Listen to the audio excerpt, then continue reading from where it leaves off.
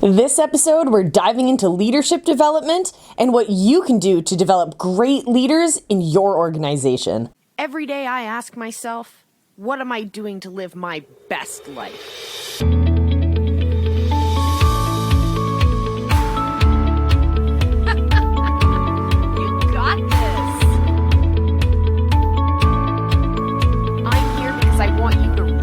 Your peak.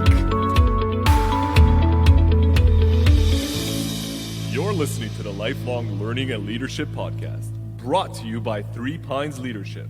Here's your host, success coach, teacher, and mediator, Molly Doris. Hey everyone, and welcome back to the show. Here at Three Pines Leadership, we strive for balance in all aspects of our lives. We know that each of us has a gift, a light to shine on the world. And maybe you haven't uncovered your gift, or maybe you're actually standing in the way of shining your light on the world. But regardless, if you want to change the world for the better, this is the place for you. Today we're diving back into a classic topic: how to empower your staff to be the best leaders possible. But before we dive into it, I have a couple of announcements.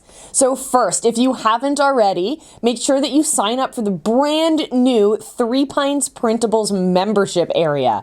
The link's below in the description box. You'll be hearing a lot about it coming up. Secondly, for those of you who want to submit your questions for our Tuesday Q&A shows, you can do so at the also brand new link that's posted below. And for those of you who need it, you're doing great. You're strong enough. You got this. All right, let's get into it.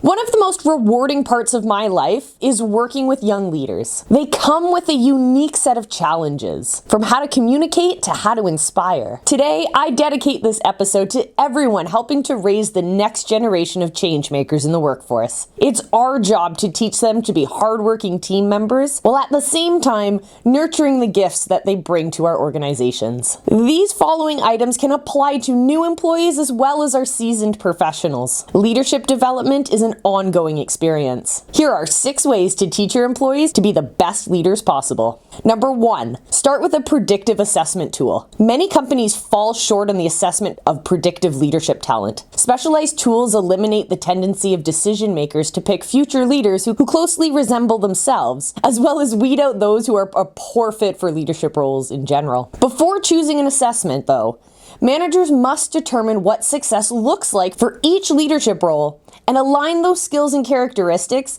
to success factors on the job. The leadership skills and disciplines you're assessing should be future-focused to ensure your high potentials have the capacity to execute a strategy moving forward. Most assessments will also inspect a person's past and present behaviors on the job, why they behave a certain way, and when and where he or she is most likely to behave similarly in a future context. That's why when you interview, they're always asking for situational questions. Number 2, expose your leaders or high potentials to new responsibilities.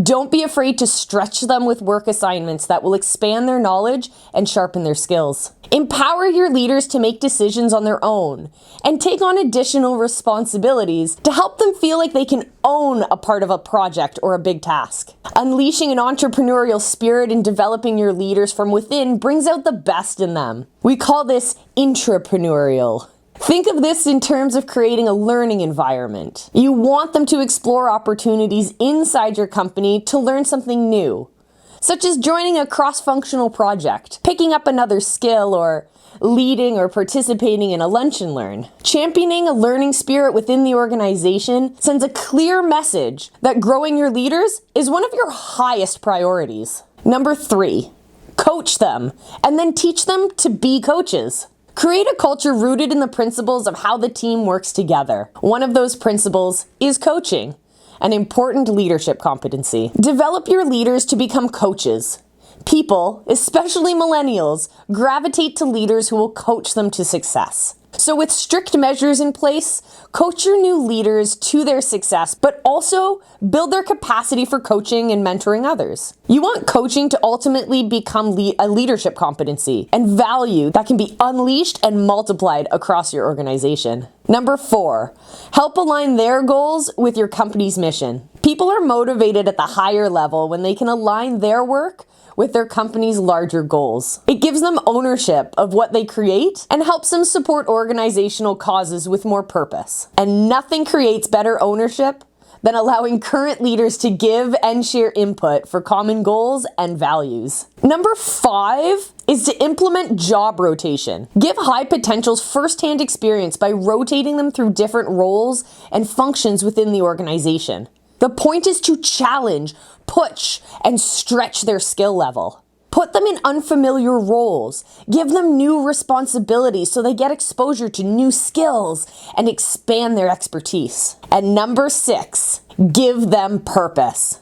Give meaning and purpose to the leader's work, which will add further motivation for him or her to excel. When you provide training, coaching, and mentoring opportunities, align them with job purpose, performance measures, and the organizational mission. Becoming a skilled leader is kind of like becoming a skilled doctor or a lawyer. Application and practice are key, and we become leaders by applying our learning and knowledge and adding experience to our everyday lives. The first step is for decision makers to lay down the righteous path for others to learn, grow, develop, and thrive. All right, everyone, that's it for this episode. Go out, go lead, and be great. Until next time, remember, I love you, and be excellent to each other.